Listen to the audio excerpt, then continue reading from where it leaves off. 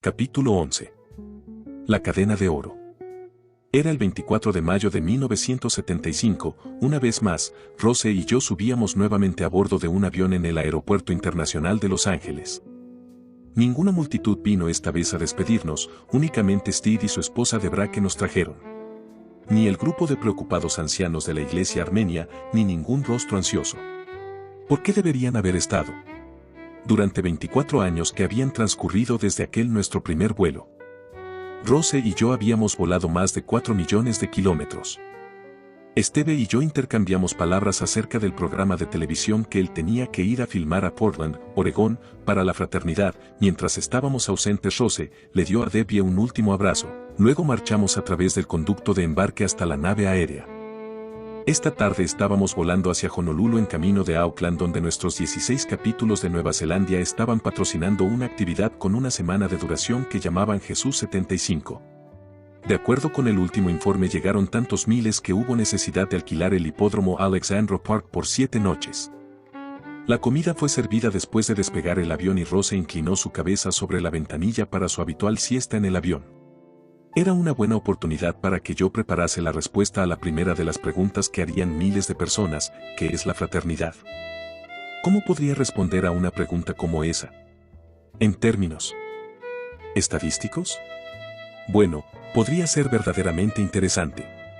Tomé una hoja de papel, un lápiz y anoté. Años de existencia, 24. Número de estados en los Estados Unidos que tiene capítulos, 50. Número de países que tienen capítulos, 52. Número total de capítulos 1.650. Concurrencia aproximada mensual en la totalidad de capítulos, más de 500.000 de asistentes. Tasa de crecimiento, un nuevo capítulo cada día. Sonreí recordando el sueño de 1000 capítulos de Oral Roberts, que una vez nos pareció imposible. Muy pronto habríamos doblado el número. Seguí escribiendo. Circulación mensual de la revista La Voz, 800.000 copias. Estaciones de TV que transmiten nuestro programa Las Buenas Nuevas, 150. Auditorio visual, 4 millones. Viajes aéreos, 3 al año, desde 1965. Puse el lápiz sobre la bandeja. ¿Era esta la forma correcta de describir la fraternidad? ¿Contando cabezas, haciendo lista de actividades? No, no era la forma. Bien, entonces, ¿qué pasa con nuestros distintos ministerios? El de sanidad, por ejemplo. Nunca hacemos en la fraternidad mucho énfasis en la sanidad porque tiende inmediatamente a ganarse toda la atención. Sin embargo, las sanidades se presentan siempre. Algunas veces invitamos a algún hombre dotado por el Espíritu Santo con don de sanidad para llevar a cabo algún servicio especial. Pero muy a menudo era algún miembro común y corriente que se ocupaba de negocios comunes y corrientes al que Dios usaba en un momento particular. Mi don, por ejemplo, era el de ayudar, no sanar. Sin embargo, en mayo de 1961 la fraternidad había enviado una gran delegación a la Conferencia Pentecostal Mundial que se reunía aquel año en Jerusalén. Qué impresión fue recorrer todos aquellos lugares que conocíamos tan bien a través de la Biblia, el Monte de los Olivos, la Puerta la Hermosa, el estanque de Siloé. Casi lamentamos cuando llegó la hora de ir al auditorio. 3.000 personas asistían a las conferencias, y a Rose le pareció, y también a mí, que todos habían llegado al vestíbulo a la vez y que intentaban penetrar todos al mismo tiempo el auditorio. La conferencia fue tan popular que los delegados tuvieron que ponerse un distintivo para que les permitiesen entrar. Distinguimos a nuestro amigo Jim Brown, delegado de la fraternidad de Parksburg, Pennsylvania, y juntos permanecimos detrás de todos esperando que la muchedumbre comenzara a disminuir. ¿Demos Zakarian? La voz era de una mujer, el acento, ruso o polaco. Miré en la habitación para descubrir quién me llamaba. Ahí está ella. Jim señaló. Estaban caminando en dirección a nosotros un hombre y una mujer. Ella era bajita y gordita, y andaría por ahí en los 50 avanzados. El hombre era el individuo más terriblemente paralítico que jamás había visto. Estaba doblado formando un 7. Andaba apoyando ambas manos en un bastón y su rostro paralelo al suelo. ¿Me buscaban?, pregunté a la mujer. No podía ver el rostro del hombre. Sí.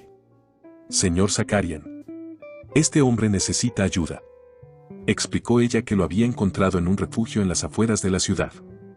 Él le había pedido que ella lo llevase hasta el auditorio porque había oído decir que Jesús sanaba a la gente allí. Cuando supieron que todos los asientos estaban ocupados, alguien les había sugerido que hablasen conmigo. Mi corazón se dolió al contemplar aquel hombrecillo cubierto de andrajos. Ambos, la mujer y el hombre, eran judíos. Solo tenía que acordarme de los judíos que había en la fraternidad, hombres como David Rothschild, presidente de nuestro capítulo de Beverly Hills, para recordar que Jesús tenía un especial amor por su pueblo elegido. Pero, ¿qué podía hacer yo ahora? Yo no tenía una influencia especial en aquella reunión. Y de pronto se me ocurrió una idea. Supongamos que yo le diera a este hombre mis credenciales para la tarde.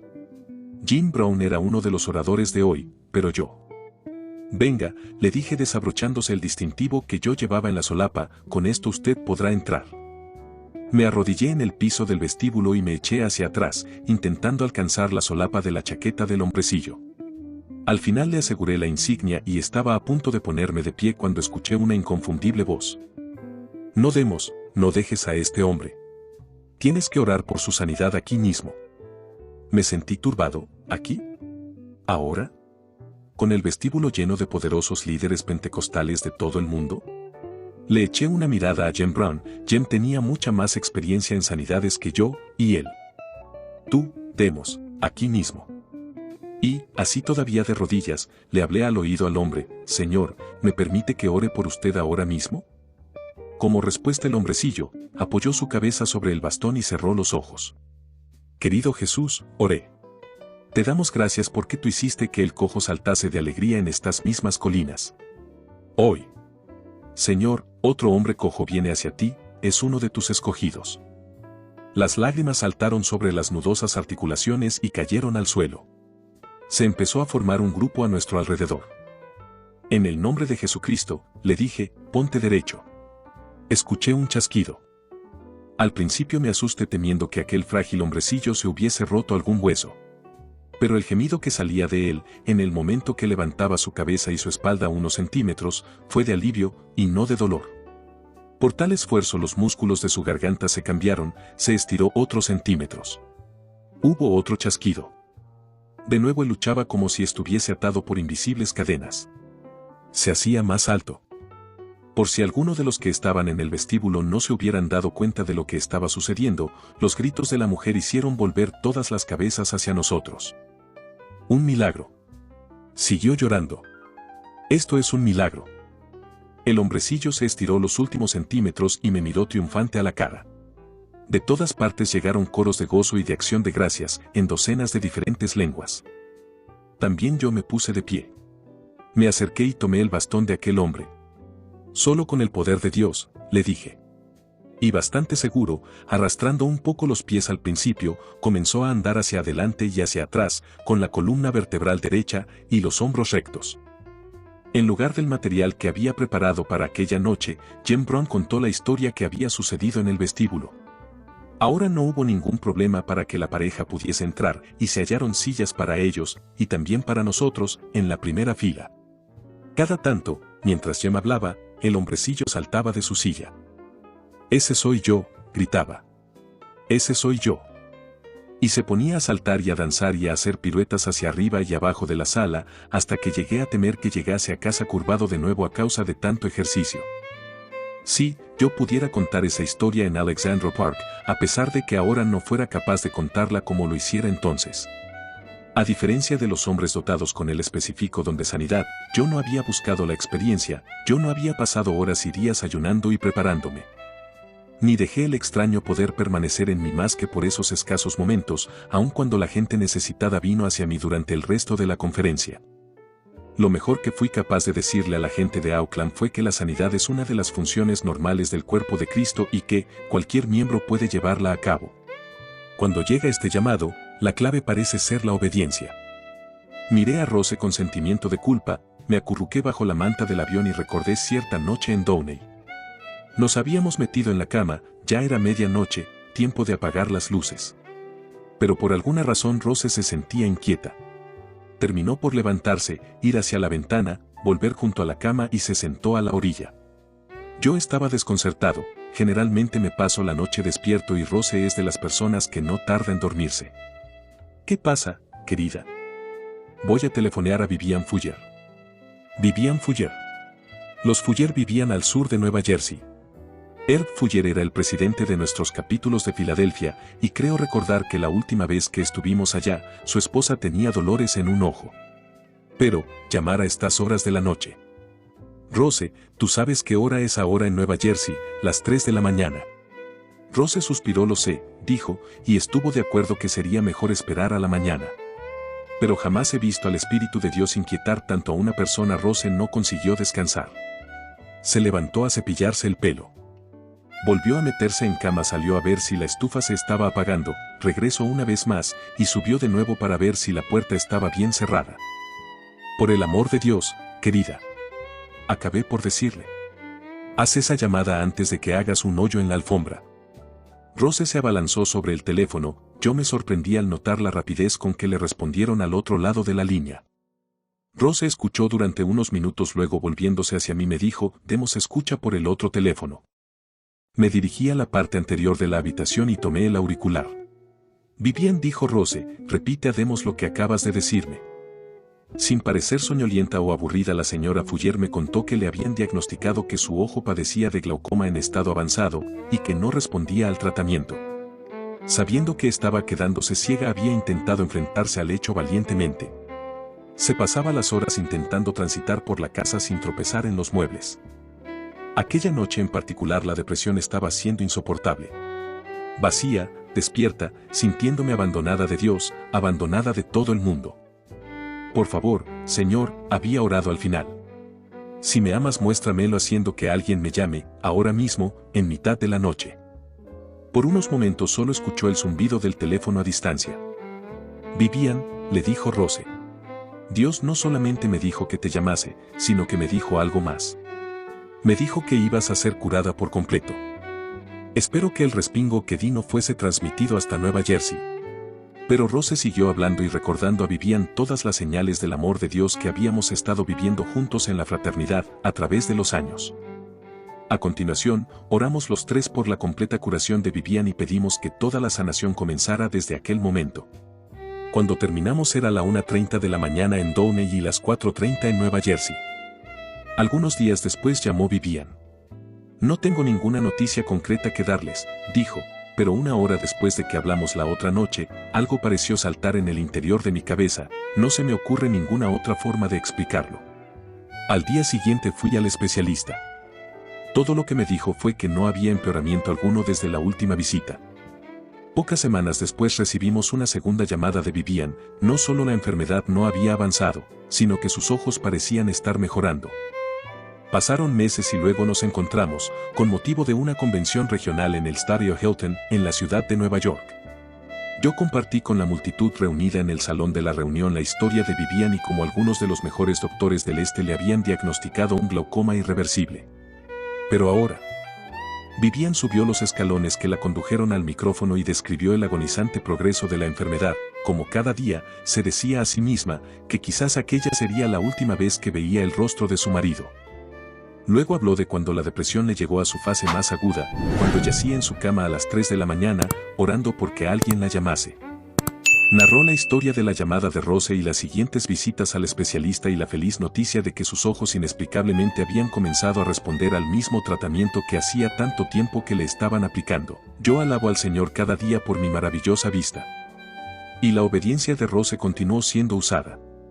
Aun cuando Vivian estaba hablando, la gente comenzó a abandonar sus asientos para acercarse a la plataforma. Hasta 27 pacientes de glaucoma se reunieron en la plataforma. En una atmósfera cargada de fe, la entera sala oró por ellos. 6 meses después, 7 de estos 27 concurrieron a la convención en Washington, D.C. No sabemos nada acerca de los otros 20, pero cada uno de estos 7 había sido curado por completo. En cada una de las convenciones se cuentan experiencias similares y algunas más asombrosas que estas. Cáncer terminal curado al instante. Un paciente cardíaco que recibió un nuevo corazón, no sanado sino un corazón nuevo sin trazas de tubos plásticos y válvulas colocadas anteriormente por medio de cirugía. Un joven muerto por una herida de bala calibre 38, que se sentó en un hospital de Jacksonville y pidió agua después de que el director de la fraternidad oró por él. Otro hombre al cual un doctor de Sudáfrica le había dado por muerto, resucitó después de que un grupo de la fraternidad oró por él y hoy llevaba con orgullo su certificado de defunción en la bolsa de su pecho. Y en cada caso los milagros se daban cuando alguien estaba dispuesto a ser obediente, sin importarle lo ridículo y lo desesperado que pudiera parecer el caso. Nuestro ministerio era de alcance mundial. Los números que dio Dios a un grupo de nosotros en oración el pasado diciembre, 1.250.000.000 de personas que serían alcanzadas en 1975, eran tan astronómicos, que nos parecieron irreales. Pero también, la completa era electrónica que me parecía a mí tan irreal, era precisamente ella la que en agosto estaba cubriendo las multitudes que jamás se habían oído. Por el momento el programa radial de La Fraternidad se transmite semanalmente en 21 lenguas diferentes a través de Europa, América del Sur y Asia.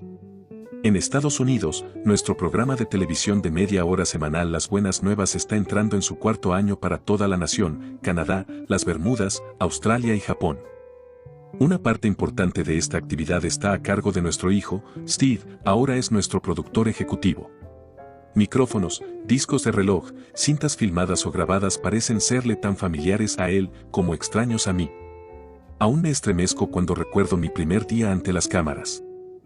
La idea del programa Las Buenas Nuevas era que otros nombres hablasen de sus experiencias, del mismo modo como yo lo hacía en las reuniones de la fraternidad. Me parecía bastante sencillo, y como el tiempo en un estudio de televisión era tan caro, esperábamos filmar los 13 primeros programas de media hora en una semana. Cuando entré en la cabina de sonido, vi aquellos cables y cámaras y los hombres con los cronómetros, me quedé plantado como una vaca ante un cepo que no es el suyo. Los directores del guión me ordenaban, párese aquí. Siéntese allá. Ahora vuelva la cabeza. Cuando se encendieron las luces a las 7 de la mañana, comencé a sudar, al mediodía parecía como si hubiéramos estado filmando en una bañera. Lo peor de todo fue el monitor que mostraba en una pequeña caja adherida a las cámaras, las líneas de mi discurso. Yo distorsioné las palabras, le di vueltas a las frases, hasta que las pobres personas a quienes iba a entrevistar se hallaron tan confundidas como yo. Después de 2 semanas de filmación, había perdido el entusiasmo por el proyecto entero y 10 kilos. Desesperado, me dirigí al productor de aquella original serie. Dick Man, no usemos el guión, le supliqué, déjeme que yo solo hable a la gente. Usted no puede hacer eso en televisión, me explicó Dick pacientemente. El tiempo se tiene que calcular al segundo, y los camarógrafos tienen que saber de antemano cuándo deben hacer determinadas tomas. Y, por supuesto, prevaleció su experiencia hasta que llegaron las pruebas. Estas mostraban a un hombre mecánico, de ojos estáticos y un rostro de madera. Las siguientes series las hicimos al estilo aficionado. Sin guión ni ensayos, solamente oramos antes de empezar, oramos durante la filmación y oramos al terminar. Me olvidé de las técnicas de producción y me concentré en el hombre que me acompañaba. Todos notamos al instante el cambio y el flujo del Espíritu de Dios en el estudio. Las cámaras dejaron de trabarse, la gente llegó a tiempo y las 4 entrevistas de media hora formaban un perfecto equilibrio. Deckman no podía creerlo, cada vez que me daba la señal y decía 1 minuto para entrar. Yo terminaba precisamente 60 segundos después. Sucedieron aún cosas más difíciles de explicar. Una vez estábamos filmando en Puerto Rico. Se trataba de 18 historias seleccionadas por el capítulo de ese país. Teníamos que ceñirnos a un programa muy rígido porque teníamos que hacer todas las tomas con luz diurna. Y estaba lloviendo. Por la tarde, yo tenía que entrevistar a un hombre que había sido sanado de lepra y estaba cayendo un regular diluvio en aquel momento. Los camarógrafos cubrieron las cámaras con papel impermeable y nos sentamos a ver cómo caía la lluvia. Rogelio Perile llegó y estreché la mano que me tendía. Al principio, creí que se trataba del gozo de sus ojos que me hacía ver el día más claro, luego me di cuenta de que un rayo de sol estaba atravesando las nubes. El personal destacó las cámaras, y Rogelio y la señora que lo acompañaba como intérprete se colocaron frente a las cámaras. A través de Sally Olsen describió lo que había representado para él, a los 9 años, saber que era leproso. La agonía física de la enfermedad era más soportable que tener que separarse de su familia y verse encerrado en un campo de aislamiento. Hasta entonces él nunca había visto a un leproso, ahora se veía obligado a vivir entre gente cuyo aspecto lo horrorizaba. Y lo peor estaba aún por venir.